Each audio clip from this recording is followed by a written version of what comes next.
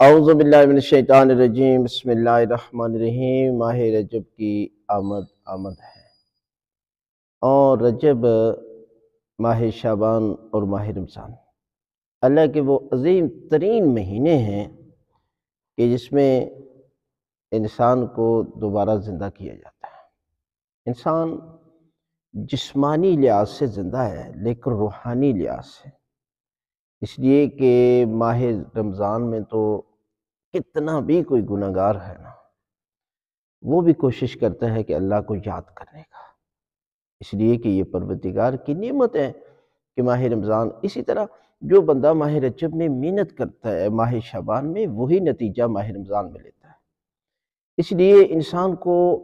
کچھ کام ایسے ہیں کہ جو گزر جانے کے بعد اس سے یاد آتے ہیں، حالانکہ اتنے عظیم ترین مہینے کہ جس میں انسان گزر جائے اور محنت کرے اور واجبات کو ادا کرے،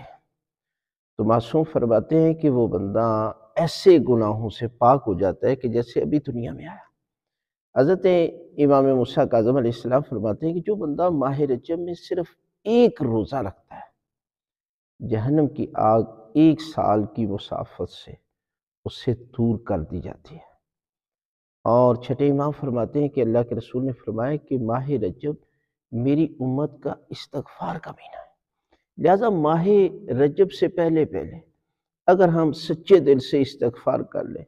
اس لیے کہ استغفار وہ تحفہ ہے، وہ اسم اعظم ہے کہ جس میں دنیا کے ہر مسئلے کا حل ہے، اولاد ہو، مال ہو، رزق ہو، شادی کا مسئلہ ہو، باغوں کا مسئلہ ہو، خوشحالی ہو، خشکسالی ہو، یعنی ہر قسم کا مسئلے کے لیے استغفار کرا دیا۔ اور استغفار استغفر اللہ و اسأل التوبہ، یہ استغفار کا ذکر ہے۔ لہذا ماہ رجب سے پہلے انسان اگر توبہ کر لے اور متوجہ ہو جائے اور تیاری کرے کہ ماہ رمضان سے پہلے ماہ رجب ماہ شعبان کے ایک ایک دن یاد خدا اور ذکر خدا میں گزارے، تو یقیناً پروردگار اس کے گناہ معاف کر دے گا۔